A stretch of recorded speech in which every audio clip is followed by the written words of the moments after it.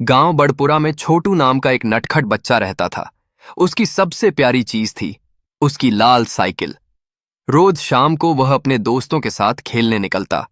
एक दिन छोटू ने कहा, चलो आज साइकिल रेस करते हैं, जो जीतेगा उसे सिंघाड़े की पूरी टोकरी मिलेगी। मोहन, जिम्मी, गुड्डी सब तैयार हो गए। गांव के मंदिर से शुरू होकर पोखर तक रेस थी। रास्ते में गायें बैठी थीं। कोई रुक रुक कर उन्हें पुचकार रहा था, कोई घंटी बजा रहा था। रेस शुरू हुई। सब तेजी से पैडल मार रहे थे। तभी जिम्मी की साइकिल अचानक रुक गई। एक गाय बीच रास्ते बैठ गई थी। जिम्मी बोला, माई रे, गाय दीदी हटो ना। सब बच्चे हंसने लगे। छोटू सबसे आगे निकला और जीत गया। उसे मम्मी ने खुद सिंघाड़े उबाल कर दिए। सब दोस्तों ने मिलकर खाए। फिर एक और खेल शुरू हुआ, छुप छुप कर शरारत। बच्चों को मस्ती सूझी। पुलिस चौकी के बाहर खड़ी जीप की एक टायर की हवा निकाल दी। फुस! छोटू बोला, अब भागो। सभी बच्चे खेतों में छुप गए। पुलिस अंकल आए तो बोले, कौन था ये? गाय वहीं खड़ी थी। सब बोले, गाय ने की होगी। पुलिस अंकल भी हंस पड़े। अच्छा जी, अब गाय टायर पंचर करेगी?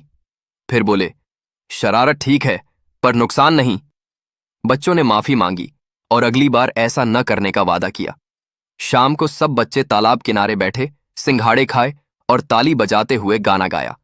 साइकिल दौड़ाई, शरारत भी की। गाय ने देखा पर कुछ न कही। आरव एक 8 साल का लड़का था। उसे खेलने का बहुत शौक था, लेकिन मोबाइल पर नहीं, असली खेल।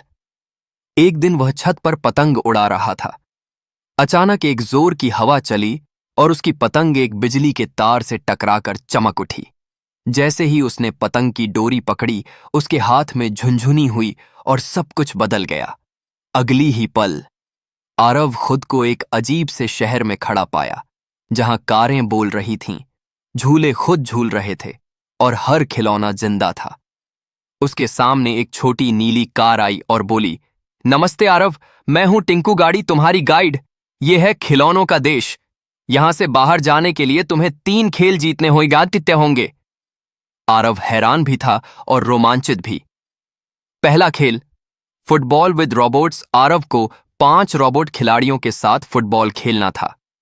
रोबोट बहुत तेज थे, लेकिन आरव चालाकी से गेंद को गोल में मारता गया। नतीजा, आरव जीत गया। सभी रोबोट बोले, तुम असली खिलाड़ी हो। दूसरा खेल, पानी वाला जादू जंगल। अब उसे एक जादुई जंगल पार करना था, जहां पानी से बने जानवर तैरते थे, मगर जमीन गीली थी और हर कदम पर फिसलन। उसने वहां भी संतुलन और धैर्य से रास्ता पार किया। तीसरा खेल, पतंग उड़ाओ और पहेली बुझाओ। आखिरी चुनौती में उसे एक पतंग उड़ानी थी, जो बोलती थी और पहेलियां पूछती थीं।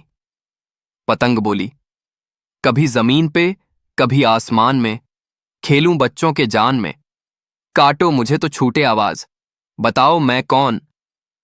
आरव हंसा और बोला, तू खुद ही तो है, पतंग। अचानक सब कुछ घूम गया। आरव वापस अपनी छत पर था। उसके हाथ में वही पुरानी पतंग थी, लेकिन उस पर अब चमकता हुआ एक शब्द लिखा था, खिलाड़ी दिल से।